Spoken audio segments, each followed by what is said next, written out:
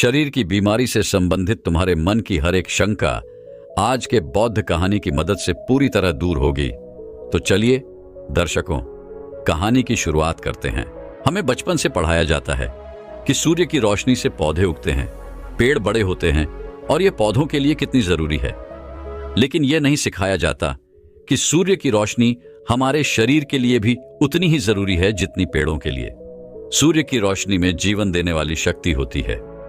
जब इस रोशनी की एक किरण धरती पर पड़ती है तो वहां फूल खिलने लगते हैं, फल उगने लगते हैं और पौधे पेड़ों में बदल जाते हैं। यदि हम इस शक्ति को सही समय पर सही मात्रा में सही तरीके से लेने लगे तो वही शक्ति हमारे शरीर में ट्रांसफर होती है और हमारे टिश्यू और सेल्स का इलाज करने के लिए यूज होती है। सूर्य की रोशनी को लेने का तरीका सीखेंगे, जिससे कि बहुत सारी बीमारियां, जोड़ों का दर्द, thyroid, diabetes, high blood pressure, skin problems कुछ ही महीनों में जड़ से ठीक हो जाती है। सिर्फ हेल्थी बॉडी ही नहीं, सूर्य हमें इंटेलिजेंस भी देते हैं। यदि हम सुरक्षित समय पर सूर्य को देखें तो रोशनी आंखों के द्वारा सीधा ब्रेन तक पहुंचती है। हमारी आंखें हमारे ब्रेन का ही हिस्सा हैं। जब रोशनी ब्रेन तक पहुंचती है तो हमारा फोकस और कंसंट्रेशन बढ़ाती है और इससे बड़ी बड़ी बीमारियां, टेंशन, डिप्रेशन, इन्फॉर्माया, माइग्रेन, हेडेक जड़ से ठीक हो जाती है। जो काम महंगी महंगी दवाइयां और सप्लीमेंट नहीं कर पाते, वह आपकी सूर्य की रोशनी कर देती है। आजकल इतने सारे उपचार चल रहे हैं, लेकिन सब में हमें कुछ ना कुछ लगाना पड़ता है, कुछ पैसा खर्च करना पड़ता है। लेकिन सूर्य एक ऐसा ट्रीटमेंट है जो 100% फ्री है। शून्य कॉस्ट ट्रीटमेंट सभी के लिए अवेलेबल है और सबसे ज्यादा पावरफुल है। मां प्रकृति ने हमारी ह्यूमन बॉडी को सूर्य के बिना जीने के लिए बनाया ही नहीं। Sunlight's food for our cells. लेकिन आजकल क्या हो रहा है, हम एक इंडोर जनरेशन बन चुके हैं। हम बंद कमरों में अपनी जिंदगी बिताने लगे हैं और अब जब हमें धूप नहीं मिल रही तो शरीर में बहुत सारी चीजें बिगड़ रही हैं। हमारी हड्डियां कमजोर हो रही हैं और बीमारियां जैसे ऑस्टियोपोरोसिस, कैबिकल, आर्थराइटिस, घुटनों और पीठ के दर्द जो पहले सिर्फ बुढ़ापे में जाके होते थे, वो आजकल के बच्चों में भी हो रहे हैं, क्योंकि हमें कभी सिखाया ही नहीं गया कि सूर्य की रोशनी हमारी हड्डियों को मजबूत रखने के लिए कितनी जरूरी है। सिर्फ हड्डियों की मजबूती के लिए ही नहीं, लेकिन सूर्य की रोशनी हमारी मानसिक स्वास्थ्य के लिए भी बहुत जरूरी है। ये रोशनी हमें खुश रखती है। क्या आप जानते हैं कि डेनमार्क जैसे देशों में, जहां सर्दियों में दोपहर 3 बजे अंधेरा हो जाता है और कभी कभी तो बहुत महीनों तक लगातार सूर्य नहीं आता, वहां बहुत लोग डिप्रेस्ड और डिसेबल हो जाते हैं और कुछ सुसाइड भी कर लेते हैं। साइंटिस्ट्स ने इसका नाम दिया सीजनल इफेक्टिव डिसऑर्डर। उन्होंने पाया कि जैसे जैसे जीवन में रोशनी कम होती है, वैसे वैसे उदासी बढ़ती जाती है। ये तो हुई सूर्य से न मिलने पर डिप्रेशन की बात। अब जानते हैं कि इसका क्या असर पड़ता है हमारे बच्चों पर। सूर्य से दूर होने के कारण बच्चों की सीखने और याद करने की एबिलिटी कम हो रही है और नई नई बीमारियां जैसे ADD अटेंशन डेफिसिट डिसऑर्डर हमारे बच्चों में आ रही है। बच्चे इंपेशेंट हो गए हैं और उनका अटेंशन स्पैन बहुत कम हो रहा है। सूर्य हमारे शरीर की जैविक आवश्यकता है। इसके ना मिलने के कारण हमारे सारे बॉडी पार्ट्स जैसे pancreas, ovaries, heart, skin normal तरीके से फंक्शन करना बंद कर देते हैं और फिर हमें diabetes, PCOD, hormonal imbalances, thyroid और हाई ब्लड प्रेशर जैसी बीमारियां हो जाती है। अब इसका सॉल्यूशन बहुत सिंपल है। हमें बंद कमरों से निकलकर मां प्रकृति को वापस चुनना है। हमें एक इंडोर जनरेशन से आउटडोर जनरेशन बनना है। हमें सूर्य को अपनी जिंदगी में वापस लाना है। सूर्य की रोशनी एक ऐसी नेचुरल मेडिसिन है जिसका उपयोग हम हजारों सालों से करते आ रहे हैं। हमारे पूर्वज सूर्य को स्वास्थ्य और सुख के देवता के रूप में पूजते थे। वह सुबह की शुरुआत ही गायत्री मंत्र से करते थे, जो कि सूर्य देव की प्रार्थना के लिए गाया जाता था। सूर्य देव को सूर्य नारायण भी बोला जाता है और ऋग्वेद में कहा है कि सूर्य कोई भी बीमारी खत्म कर सकते हैं। इतना ही नहीं, हर योगा की शुरुआत सूर्य नमस्कार से होती है। जर्मनी में वर्ल्ड वॉर 1 के दौरान सूर्य की रोशनी का उपयोग युद्ध के घावों को ठीक करने के लिए किया जाता था। जब सैनिकों को बंदूक की गोली लग जाती थी तो डॉक्टर घाव पर दवाई लगाने की बजाय उस पर कई घंटे सूर्य की किरणें लगा देते थे। सूर्य का उपयोग कीटाणुओं से बचाने के लिए नेचुरल एंटीसेप्टिक के रूप में किया जाता था। ग्रीस में हेलियोथेरेपिस्ट करी जाती थी, यानी सूर्य का उपयोग और शादी के रूप में करना। पूरे यूरोप में फिलोथेरेपी क्लिनिक्स मौजूद थे, जहां पेशेंट स्पेशली बच्चों को दिन के अधिकतर समय के लिए सनबेड पर लेटाया जाता था और उनकी सारी बीमारियां जो सिजिट्स, अल्सर्स, अनीमिया पूरी तरह ठीक हो जाती थी। इटली में सनसेट हॉस्पिटल रूम्स बनाए गए, जिन पेशेंट्स को सूर्य की रोशनी वाले कमरों में रखा जाता था वो बहुत जल्दी ठीक हो जाते थे, उन पेशेंट्स की तुलना में जिनको सूर्य नहीं मिलता था। दुनिया भर में सूर्य की रोशनी का उपयोग और सर्दी के रूप में किया जाता था। Because sunlight is lifestyle medicine. आप इसके बारे में टीवी, अखबारों में नहीं सुनते, क्योंकि लाइफस्टाइल मेडिसिन के बारे में आपको बताने में किसी का प्रॉफिट नहीं है और इसीलिए इसको मेडिकल ट्रेनिंग का हिस्सा नहीं बनाया जाता। लेकिन अगर हम इसे लेना सीख जाएं तो ये किसी भी डिवाइस से ज्यादा इफेक्टिव है। तो आइए जाने कैसे सूर्य की रोशनी लेनी है। इस वीडियो में हम इसे लेने के 2 शक्तिशाली तरीके सीखेंगे। पहली चीज जो आपको शुरू करनी है वह है सूर्य स्नान, यानी सन बाथिंग। मतलब हर रोज करीब 30 मिनट के लिए अपने पूरे शरीर को सूर्य की रोशनी दिखाना। देखिए, रोज जो हम पानी से स्नान करते हैं वो सिर्फ एक प्रकार का स्नान है। यह सिर्फ आपके बाहरी शरीर को साफ करता है, लेकिन सूर्य की रोशनी आपके अंदर के शरीर को साफ करती है। जब हमारी रसोई में गेहूं या चावल में कीड़े लग जाते हैं तो हम क्या करते हैं? हम उन्हें सूर्य में रख देते हैं। मतलब हर रोज करीब 30 मिनट के लिए अपने पूरे शरीर को सूर्य की रोशनी दिखाना। देखिए, रोज जो हम पानी से स्नान करते हैं वो सिर्फ एक प्रकार का स्नान है। यह सिर्फ आपके बाहरी शरीर को साफ करता है, लेकिन सूर्य की रोशनी आपके अंदर के शरीर को साफ करती है। जब हमारी रसोई में गेहूं या चावल में कीड़े लग जाते हैं तो हम क्या करते हैं? हम उन्हें सूर्य में रख देते हैं। सूर्य में रखने से वह शुद्ध हो जाते हैं। क्यों? क्योंकि सूर्य की रोशनी एक नेचुरल डिसइंफेक्टेंट है, एंटीसेप्टिक है। जब सूर्य की रोशनी हमारे अंगों के अंदर तक पहुंचती है तो वहां से खराब कीटाणु, बैक्टीरिया, मोल्ड, वायरस, फंगस को नष्ट करती है। सूरज स्नान से हमारा अंदर का शरीर साफ होता है। दूसरा, सूरज स्नान से हमारे खून का दौरा यानी ब्लड सर्कुलेशन बढ़ता है। जब सूर्य की रोशनी आपकी स्किन पर पड़ती है तो आपकी स्किन थोड़ा गर्म महसूस करती है। उस समय रोशनी आपकी स्किन के अंदर जाकर आपकी आर्टरीज में चल रहे खून तक पहुंचती है और खून का दौरा बढ़ाती है। जो खून पहले बिल्कुल गंदा और गाढ़ा हो गया था उसे मोशन मिलाती है। जब खून का दौरा बढ़ता है तो ऑटोमेटिकली अंदर से हमें टॉक्सिन या गंदगी का दौरा भी बढ़ जाता है।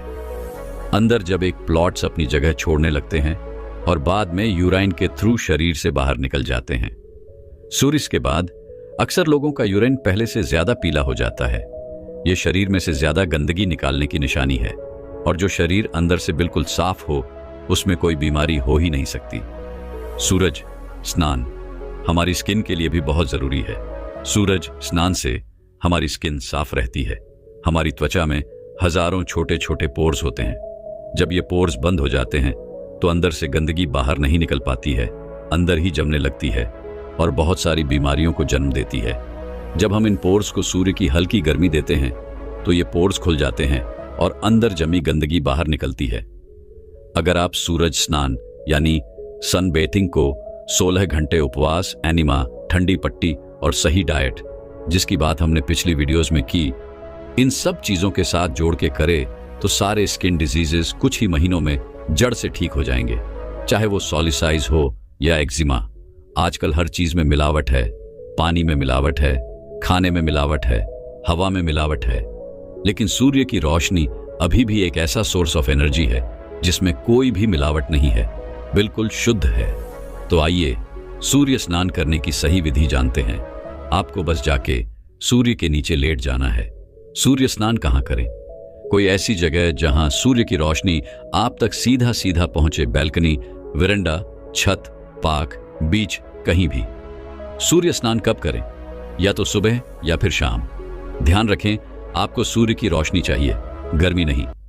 सुबह या शाम सूर्य स्नान के लिए सबसे अच्छा समय है, क्योंकि इस समय सूर्य तेज नहीं होता, जो पहर की कड़कती रूप में सुनिश्चित नहीं करना वह फायदा की जगह नुकसान करेगा। सिर्फ सुबह या शाम को ही करें। स्नान कितनी देर करें? करीब 30 मिनट। पहले 15 मिनट सामने के पूरे शरीर को रोशनी दे और अगले 15 मिनट अपने पीछे के पूरे शरीर को। जैसे ही पसीना आना शुरू होता है, सूर्य स्नान छोड़ दीजिए और वापस अंदर आ जाइए। आपको सूर्य स्नान हर रोज लेना चाहिए।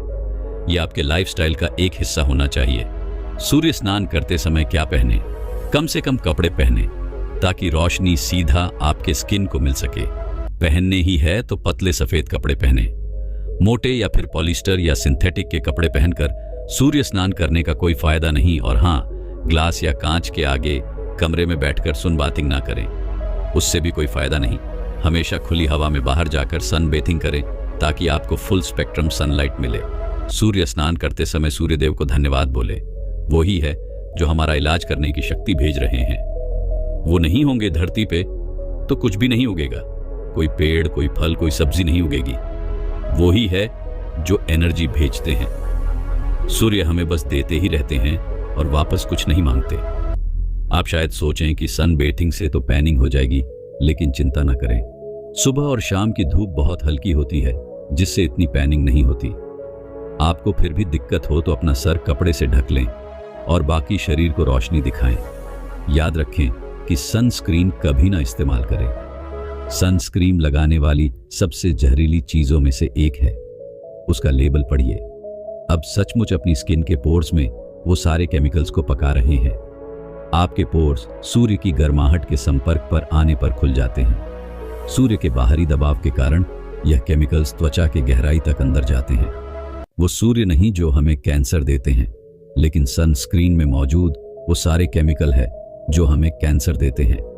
तेज दोपहर की धूप से बचने के लिए टोपी या कपड़ों का उपयोग कीजिए। अपने सर को कपड़े से ढक लें।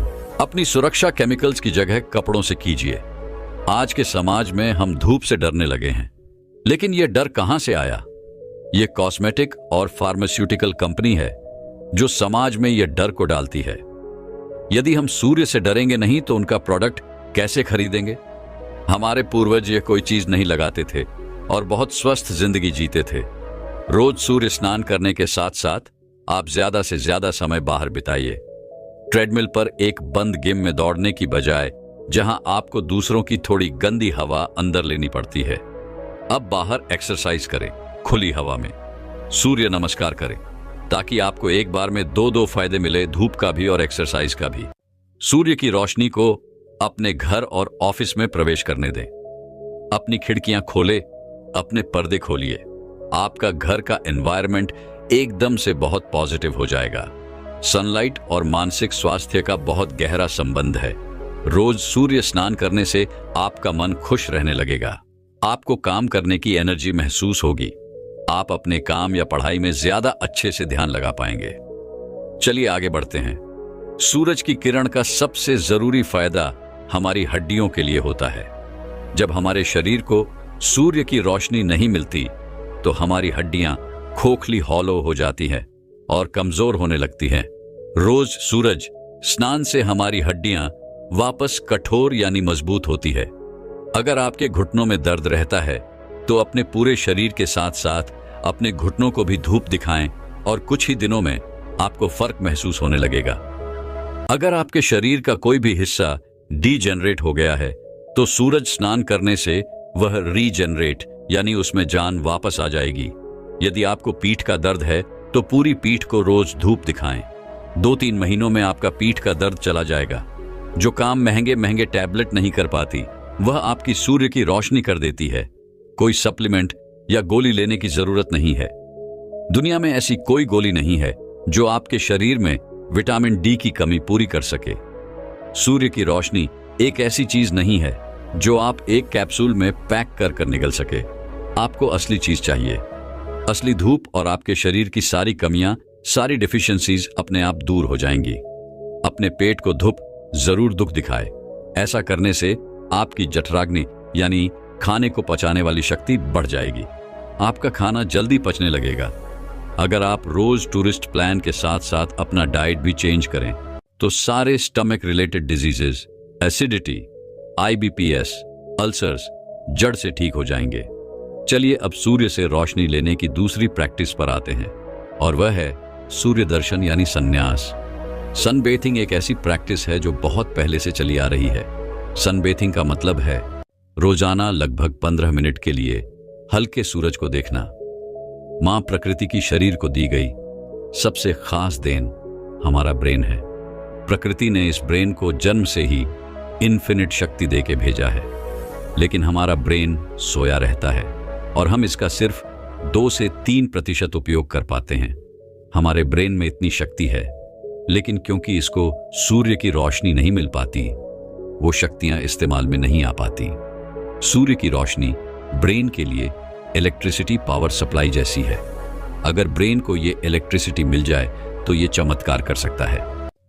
तो सूर्य की रोशनी सबसे तेज ब्रेन तक कैसे पहुंचती है? हमारी आंखों के थ्रू। हमारी आंखें हमारे ब्रेन का ही एक हिस्सा है। मेडिकल डॉक्टर भी बताते हैं it is an extended part of the brain, window of the brain. अगर सूर्य की रोशनी ब्रेन तक पहुंच गए तो आपकी सोई हुई शक्तियां धीरे धीरे एक्टिवेट होंगी। और यही कहा गया है गायत्री मंत्र में, सदी मही दियो योना त्रशो दया का मतलब ही सूर्यदेव हमारे सोए हुए मस्तिष्क को जगाएं। तो सन बेथिंग कैसे करें? आपको आंखों से सूर्य को देखना है। बहुत आसान है। जिस तरह आप टीवी का दर्शन करते हैं उसी तरह अब आपको सूरज का दर्शन करना है। चाहे तो बीच में आंखें झपका भी सकते हैं। सन बेथिंग के समय चश्मे या कॉन्टैक्ट लेंस नहीं पहनने। सन बेथिंग करें केवल सुरक्षित समय में, सुबह सूर्य उदय के पहले 1 घंटे के दौरान या फिर शाम को सूर्य अस्त से पहले 1 घंटे के दौरान। First hour of the sun और the last hour of the sun. इस समय पर कोई अल्ट्रा वायलेट रेस नहीं होती। दोपहर में जब सूर्य बहुत स्ट्रांग हो तब सनगसिंग बिल्कुल नहीं करनी। सनगसिंग कितनी देर करें? करीब 15 से 20 मिनट। कुछ समय बाद आप महसूस करेंगे कि आपकी थॉट्स, आपके विचार जा रहे हैं। अगर किसी दिन सुबह आपकी सनगेसिंग मिस हो जाए तो आप शाम को कर सकते हैं। यदि संभव हो तो सनगेसिंग के समय सीधा खड़े रहें। वर्षों की धूप उस जमीन में फंसी होती है जो आपके पैरों के थ्रू पूरे शरीर में ट्रांसफर होती है। सनगेजिंग का पहला लाभ होगा आपकी आंखों पर। आपकी आंखों की दृष्टि बढ़ जाएगी। आप टेस्ट करवा लीजिए, आपका प्रिस्क्रिप्शन चेंज हो जाएगा और आपको अपने चश्मे उसी हिसाब से बदलने होंगे। अब पुराने चश्मों के साथ जारी ना रखें। कैटराक्ट्स, नियर साइटेडनेस, पावर साइटेडनेस, देखने की मुश्किल, माइग्रेन, सब कुछ गायब हो जाएगा। आजकल साइंटिस्ट के द्वारा इतनी सारी किताबें लिखी गई हैं। Better I site without glasses, reading without glasses. हमारे वेदों में एक पूरी उपनिषद है जिसका नाम है चक्षु ऑपरेशन। इसमें बताया है कि चक्षु के रोगों को दूर करने वाले भगवान सूर्यदेव हैं। 3 महीने जब आप लगातार सन हीलिंग करते रहेंगे तो दूसरा फायदा यह होगा कि आपकी कंसंट्रेशन यानी ध्यान लगाने की क्षमता बहुत बढ़ जाएगी। जो सूर्य से एनर्जी आती है वह एनर्जी आपकी आंख से आपके ब्रेन तक पहुंचेगी और आपकी ब्रेन सेल्स न्यूरॉन्स को एक्टिवेट करेगी। बुद्धि IQ बढ़ जाता है, आपका मन कंट्रोल में आएगा, ज्यादा स्थिर होगा। फिर क्या होगा? सूर्य की ऊर्जा आपके पाइनल ग्लैंड को मिलेगी, जिसको हम थर्ड आई, तीसरी आंख भी कहते हैं। और तीसरी आंख के अंदर हमारी इंट्यूशन पावर होती है। तो सन बेथिंग करने से आपकी तीसरी आंख खुलती है, बट इंट्यूशन बढ़ जाएगी। ये जो सूर्य है ये लाइट है। जैसे जैसे आप लाइट लेते रहेंगे वैसे वैसे मन का अंधेरा खत्म होता जाएगा। आप हमेशा पॉजिटिव महसूस करेंगे, नेगेटिविटी जाने लगेगी, आपके मानसिक स्वास्थ्य में बदलाव आने लगेगा। देखिए, सूर्य की रोशनी एनर्जी है, हमारा भोजन है। जब हम खाने के बारे में सोचते हैं हमारे दिमाग में सिर्फ फल, सब्जियां और अनाज आता है ना? लेकिन थोड़ी और गहराई में सोचिए, हमारे खाने का खाना क्या है? सनलाइट जो हम आमतौर पर खाना खाते हैं वो एनर्जी का सेकेंड रिसोर्स है। एनर्जी का ओरिजिनल सोर्स तो सनलाइट खुद है। जब हम कोई भी फल या सब्जी को खाते हैं सनलाइट ही तो है जो हमारे अंदर उसके थ्रू जाती है और हमें जीवन देती है। तो सनबेथिंग करने से आपको एनर्जी का सबसे ओरिजिनल फॉर्म, प्राइमरी सोर्स मिलता है। सूर्य की रोशनी भोजन का सबसे डायरेक्ट फॉर्म है। तो जब आप 3 महीने तक रोजाना सनबेथिंग करते रहेंगे और जैसे आप सूर्य से अधिक एनर्जी लेते रहेंगे वैसे वैसे आपकी भूख कम होती रहेगी, क्योंकि अब सामान्य भोजन के बदले आपको सूर्य से भोजन प्राप्त हो रहा है। 16 घंटे उपवास, जिसकी बात हमने पिछली वीडियोस में की थी, वह बहुत आसान हो जाएगा। आपकी क्रेविंग्स मिटने लगेगी। जब आप 3 महीने लगातार सनबेथिंग करते रहेंगे तो कोई भी नशा भी छूट जाएगा, चाहे नशा हो सिगरेट का या फिर शराब का। जैसे ही आप सूर्य के साथ रिश्ता जोड़ेंगे, आपकी जिंदगी बदल जाएगी। आपको क्या लगता है, अगर किसी कीटाणु को आना है, वो किस डस्टबिन में आके अपना घर बनाएगा? जाहिर सी बात है, वो उस डस्टबिन में आएगा जिसमें कचरा भरा पड़ा है। कुछ ऐसा ही हमारे बॉडी में होता है। जब हम गलत खाना खाते हैं और जब हम हमेशा ही खाते रहते हैं तो हमारा शरीर अंदर से गंदा हो जाता है। जो शरीर अंदर से गंदा होगा वह ऑटोमेटिकली कीटाणु को अट्रैक्ट करेगा, और जो शरीर अंदर से बिल्कुल साफ है उसमें कीटाणु आएंगे ही नहीं। तो अगर आपके शरीर में अंदर टॉक्सिन्स यानी गंदगी नहीं है तो आपकी इम्यूनिटी ऑटोमेटिकली ज्यादा होगी, because highly clean body equals highly immune body. अब आप शायद सोचें, मुझे कैसे पता चलेगा कि मेरी बॉडी अंदर से साफ है या नहीं, मेरी इम्यूनिटी अच्छी है कि नहीं? हमारे वेदों ने अच्छी इम्यूनिटी के कुछ बहुत ही क्लियर साइंस बताए हैं। देह सर्वत्र चह उस नस्य समता लाभ, वम सुखम शुद्ध तिखष्णा गढ़, नीरज मनसों अभिप्रसन्नता, शरीरिष्यम अनालस्य चक्रमसु, स्वत स्वेद्धों गम, काले स्वस्थ लक्षण अति ही। इस श्लोक में बहुत डिटेल में इम्यूनिटी के 8 लक्षण बताए गए हैं। हम एक एक करके हर लक्षण को डिस्कस करेंगे, और हम चाहेंगे कि जैसे जैसे हम डिस्कस कर रहे हैं आप एक चेकलिस्ट बनाएं। लास्ट में आप जानेंगे कि आपका इम्यूनिटी लेवल एग्जैक्टली कितना है।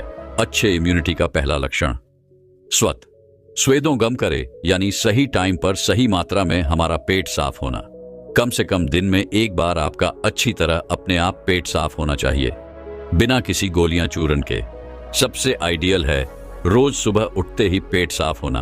अगर रोज पेट साफ नहीं हो रहा तो मतलब हमें कब्ज यानी कॉन्स्टिपेशन है, मतलब जो गंदगी बाहर निकलनी थी वह अब अंदर ही अंदर जम रही है। और जैसे ही हमने समझा अगर बॉडी में गंदगी भरी होगी तो कीटाणु ऑटोमेटिकली अट्रैक्ट होंगे।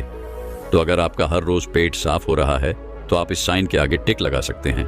दूसरा लक्षण लाघवम यानी नो एक्सेस वेट, यानी जरूरत से ज्यादा वजन ना होना। अगर रोज पेट अच्छी तरह साफ हो रहा है तो आपका वेट ऑटोमेटिकली नॉर्मल होगा। जब पेट अच्छी तरह साफ नहीं होता तो वेट बढ़ने लगता है। अब आपका वजन ज्यादा है या नहीं कि हमको बताने की जरूरत नहीं, जिसका होता है उसको पता होता है। अगर हमारा वेट ज्यादा है तो मतलब बॉडी में गंदगी जमी है और इम्यूनिटी ऑटोमेटिकली कम होगी। तीसरा लक्षण क्लियर स्किन, यानी हमारी त्वचा साफ होनी चाहिए। आपकी स्किन आपके अंदर के शरीर का एक मिरर है। Your skin is a reflection of what's happening inside your body. हमें स्पॉट रैशेस कब होते हैं? जब हमारा अंदर खून साफ नहीं होता, जब खून में गंदगी जमी होती है। अगर आपकी स्किन बिल्कुल साफ है तो आप इस लक्षण के आगे टिक लगा सकते हैं। तो आप बना रहे हैं ना अपना स्कोर कार्ड। बहुत ही जल्द आपको अपनी इम्यूनिटी का फाइनल स्कोर मिलेगा। सिर्फ 5 और लक्षण बाकी हैं। प्लीज इस वीडियो को एंड तक जरूर देखें, क्योंकि हम आपके साथ ऐसे 3 स्टेप्स शेयर करेंगे जिससे बहुत जल्द ही एक एक करके आपके सारे लक्षण मिलने लगेंगे। आइए इम्यूनिटी के चौथे लक्षण पर बढ़ते हैं। अनालिया चक्र मसु यानी एब्सेंस ऑफ लेजीनेस, यानी आपको आलस्य का अनुभव नहीं होना चाहिए। अगर आपको सुबह उठकर फ्रेश नहीं लगता या आपको दिन में नींद आती रहती है तो मतलब यह लक्षण अभी नहीं मिट हो रहा। हमें आलस तब आता है जब हमारे शरीर अंदर से साफ नहीं है। तो अगर आप दिन भर एनर्जेटिक रहते हो तो यह लक्षण टिक कर सकते हो। 5वां लक्षण शुद्ध देखना, experiencing a strong sense of hunger, यानी जब भूख लगे तो तेज भूख लगनी चाहिए। हमें से कुछ लोगों को तेज भूख का अनुभव ही नहीं होता। पेट हमेशा भरा भरा सा रहता है। इसका क्या मतलब हमारा पहला खाया भोजन अच्छी तरह से पच नहीं रहा। अगर आपकी इम्यूनिटी अच्छी है तो आपको दिन में 1 या 2 बार तेज भूख लगनी चाहिए। तो अगर आपको पेट में तेज भूख का अनुभव होता है तो इसको आप टिक कर सकते हैं। अगला लक्षण निदा यानी एक्सपीरियंसिंग डीप स्लीप, यानी रात को गहरी नींद आना।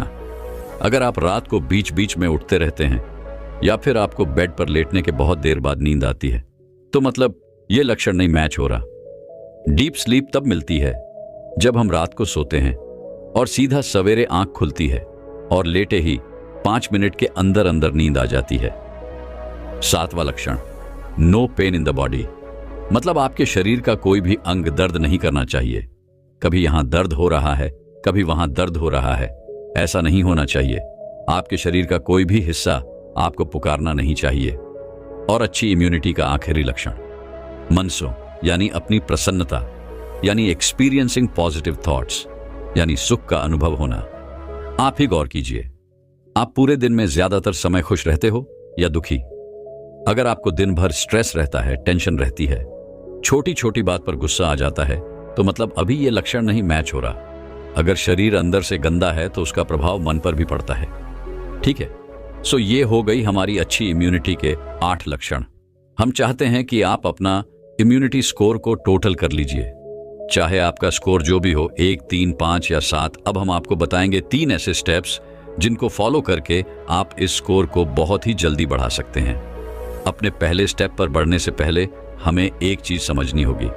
हम यूजुअली सोचते हैं, अरे मुझे कोई आसान सा टॉनिक दे दो, काढ़ा दे दो, पिल दे दो, जिससे मेरी इम्यूनिटी बढ़ जाए।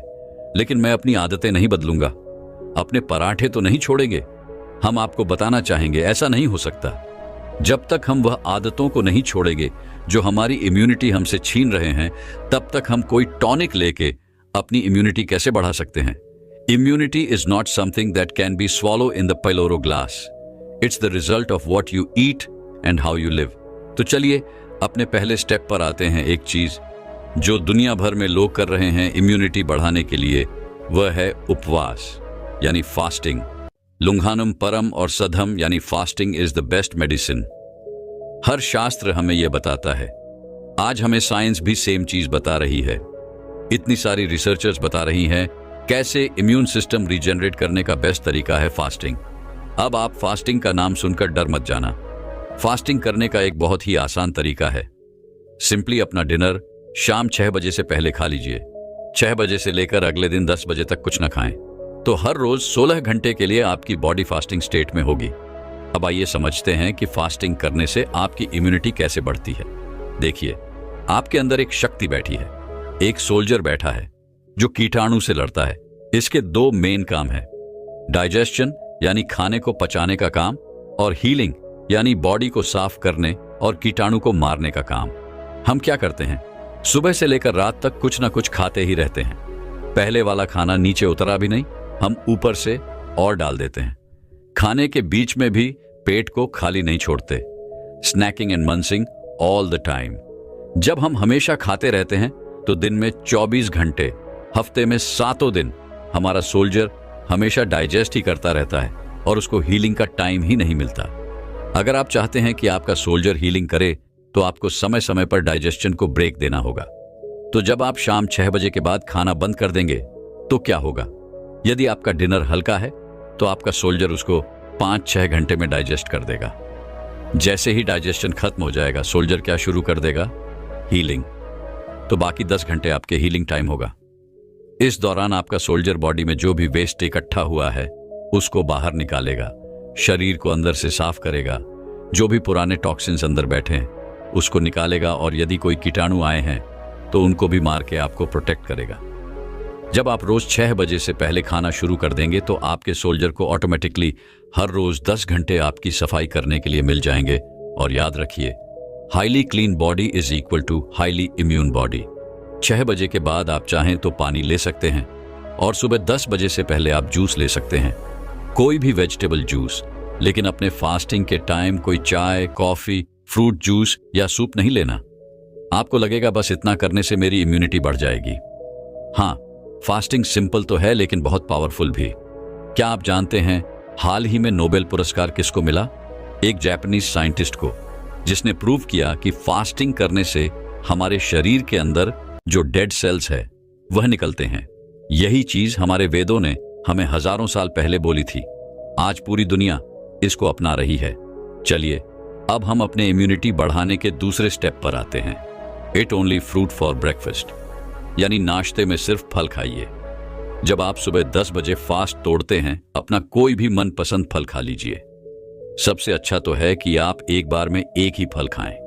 वो नहीं कर सकते तो कोई बात नहीं, 2-3 फल साथ में खा लीजिए, लेकिन ब्रेड, पराठा, इडली, डोसा, पोहा, चिवड़ा, सैंडविच, चीला, रोटी, उपमा, चाय, कॉफी, ये सब बिल्कुल नहीं खाना।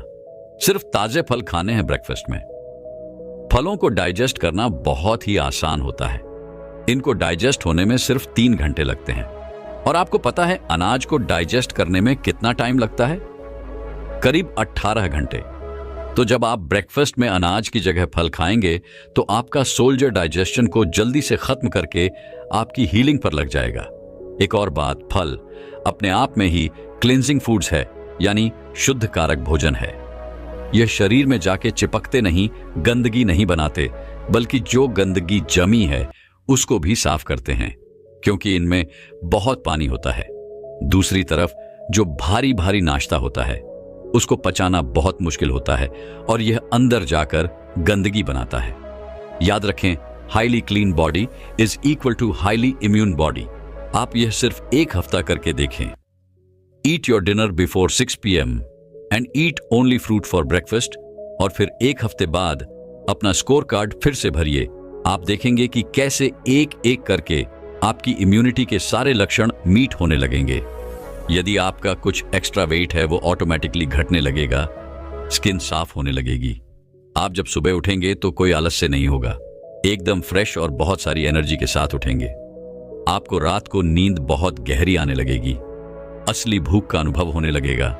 कभी यहां दर्द, कभी वह दर्द, ये सब चला जाएगा और मन में बहुत हैप्पीनेस आ जाएगी। आप खुद करके देखिए। एक और बात, आप इसको अकेले मत कीजिए, पूरी फैमिली के साथ कीजिए। उन सभी को इसके लाभ के बारे में बताइए। जब फैमिली साथ करती है तो ये और भी ज्यादा इजी हो जाता है। तो ये पहले 2 स्टेप तो जरूर फॉलो कीजिए। अब हम आपके साथ इम्यूनिटी बढ़ाने का तीसरा स्टेप शेयर करेंगे। तीसरा कदम है ईट ओनली 1 ग्रेन मील डे, यानी दिन में सिर्फ 1 बार अनाज खाइए।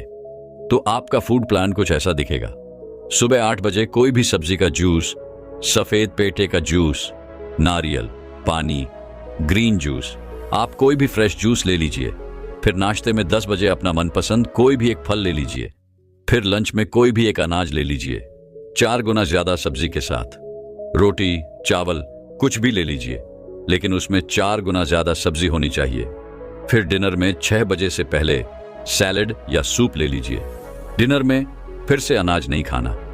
अगर आप चाहते हैं तो आप अपना सैलेड वाला मील दोपहर को ले सकते हैं और अनाज वाला मील शाम को। मगर इस प्लान में जरूरी क्या है कि आप अनाज दिन में 1 ही बार लें। इस प्लान को एक ग्रेन मील डे भी बोला जाता है। दुनिया भर में लोग इसको फॉलो करके इसका फायदा ले रहे हैं। तो ये हो गए हमारे इम्यूनिटी बढ़ाने के 3 स्टेप्स। पहला, शाम 6 बजे के बाद कुछ ना खाए। दूसरा, नाश्ते में सिर्फ फल खाए। और तीसरा, पूरे दिन में 1 ही बार अनाज खाए। ये ह्यूमन बॉडी मां प्रकृति का दिया एक बहुत प्रेशियस स्क्रिप्ट है। बहुत जल्द हम उनको यह वापस लौटा देंगे। जब तक के लिए हमारे पास है, हमारी ड्यूटी है कि हम इसको साफ